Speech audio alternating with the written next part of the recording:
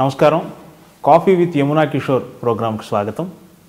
ఈరోజు నేను మీకు పరిచయం చేయబోతున్న వ్యక్తి, నేను కలుసుకుంటున్న వ్యక్తి విలక్షణమైన వ్యక్తిత్వం కలవారు.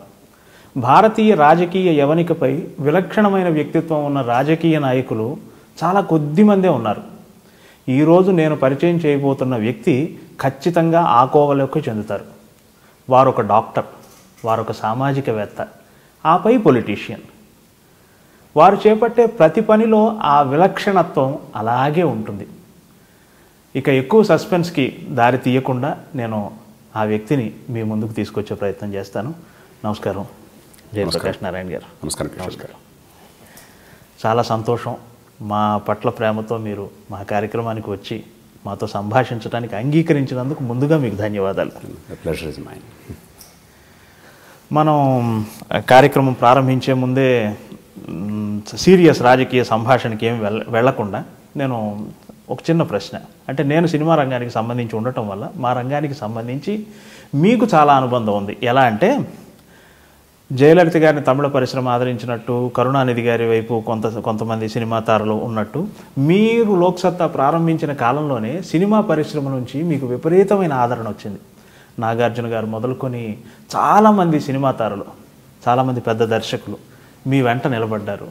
ఇప్పటికీ మీ పట్ల అదే రకమైన భావన ఉంటుంది.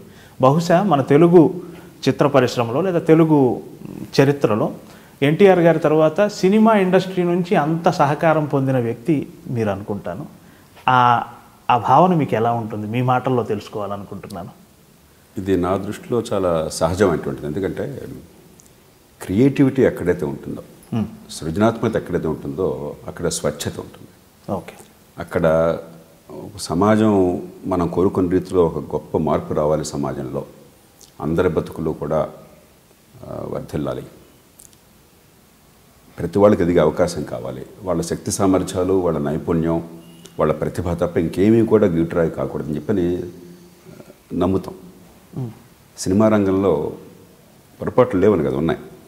కానీ 100కి 80 పాళ్ళు కనీసం ప్రతిభ ఉంటే రాణిస్తారు. బాగా మంచి పాట రాస్తే, మంచి సంగీతం ఇస్తే, మంచి సంభాషణ, లేకపోతే మంచి కథ.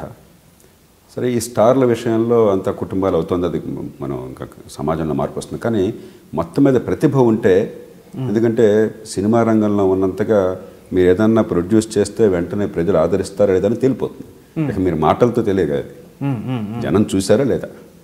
కాబట్టి ఆ ప్రతిభ పెరగటం, మిగతావన్నీ పక్కన పెట్టడం, సమాజం మన కోరుకున్న రీతిలో ఒక ప్రతిభకి అవకాశం ఇచ్చేట్టుగా, ప్రతి వాళ్ళకి ఎదిగే అవకాశం ఇచ్చేట్టుగా ఉంటాం అని చెప్పినది ఈ సృజన శక్తి ఉన్న వాళ్ళకి సహజంగానే అబ్బుతుంది. దానికి ప్రత్యేకంగా పాఠాలు అక్కర్లేదు. కాబట్టి ఇప్పుడు లోక్సత్తా కోరుతోంది, నేను కోరుతోంది, పార్టీలు రాజకీయాలు పక్కన పెట్టండి, ఇది రాజకీయం కాదు. ఇది ఈ సమాజంలో అలాంటి మార్పు కావాలి. ఒక ఫ్యూడల్ సమాజంలోంచి, పుట్టుక అనేది భవిష్యత్తుని శాసిస్తున్న సమాజం నుంచి, ప్రతిభ, మీరు పడే కష్టము మీ భవిష్యత్తు శాసించాలనే సమాజంలోకి వెళ్ళాలని మనందరి తపన. అవును. కాబట్టి సహజంగా రెండు కలుస్తాయి.